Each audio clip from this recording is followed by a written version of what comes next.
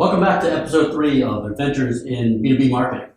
Really glad you can join us today. I'm here with our special guest, Tom Kalidas, and we're going to talk to you about the power of native advertising and how it really applies to B2B marketers. So I thought, Tom, first of all, I want to thank you for joining us today. My pleasure. And I thought today what we talk about is, if we started talking about what are the challenges that B2B marketers are facing today? Well, there are many. As it relates to display advertising in particular, many marketers are trying to find ways to marry their demand gen content syndication with their traditional display. And it's very hard because they often have them executed in completely separate ways. And we know how important content marketing is to B2B advertisers because of the long buying cycle and many individuals who are involved in the process. So native is a way that can help bridge that, but that's really the existential problem that these guys have.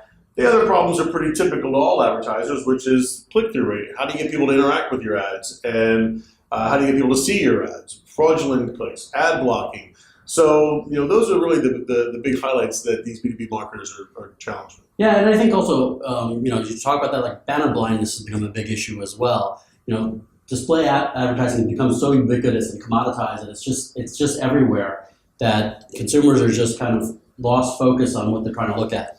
Native really helps solve that first issue that I talked about, which is content marketing is so important to B2B advertisers, and native is really at its purest level the way to have your content served on websites where traditional advertising used to show up. So just being able to bridge that gap between your content syndication and your display by using native as a way to get people to interact with your content, that is a tremendously powerful aspect of what native does for B2B advertisers. Yeah, I absolutely agree with that. I mean, if you think about native, it's all about content, right? And for B2B marketers, it's not about just traditional brand awareness or those kinds of tactics. It's about how do I move people through my funnel, and how do I get people really at the middle of the funnel to be more engaged with my content? Yep. And that's where I think the power of native really brings in. The other aspect that's equally as important is where native shows up. There's a lot of statistics these days about how millennials and younger people are more involved in the research process. And native is conducive to running on multiple platforms. It works in mobile, it works in a tablet, it works on regular PCs. So it really bridges every buyer that you want to reach across every device that they're doing their research on. That's equally as important.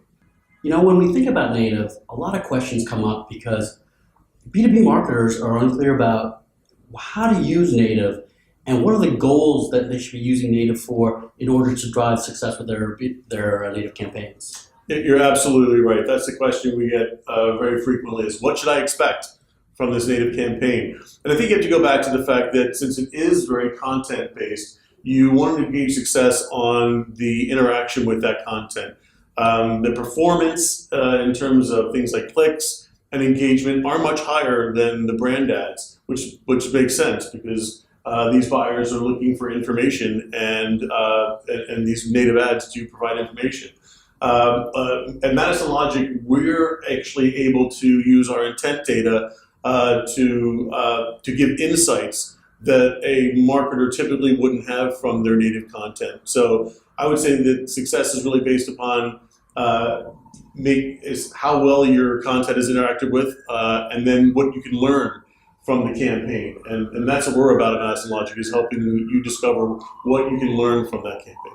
Native advertising is all about delivering the most effective form of messaging and effective form of content to your audiences.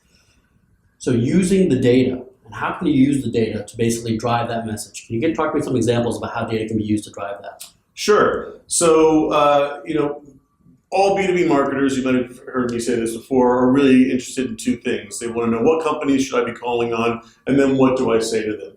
And when you have a lot of different content in market, in native placements, and you can tie it back through Madison Logic to other data that will tell you what that company is interested in.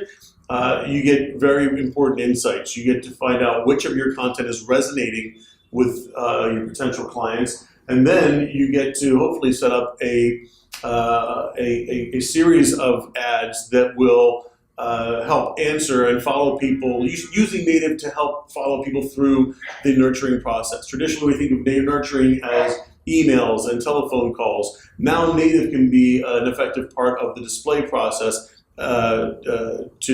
display nurturing process.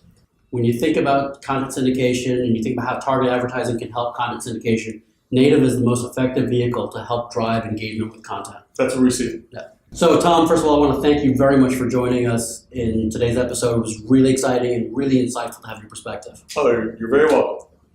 And more importantly, I want to thank you guys for joining us for yet another episode of Adventures in B2B Marketing. But make sure you come back next month for episode 4, where we're going to talk about the importance of always-on programs to drive your content syndication and targeted advertising initiatives.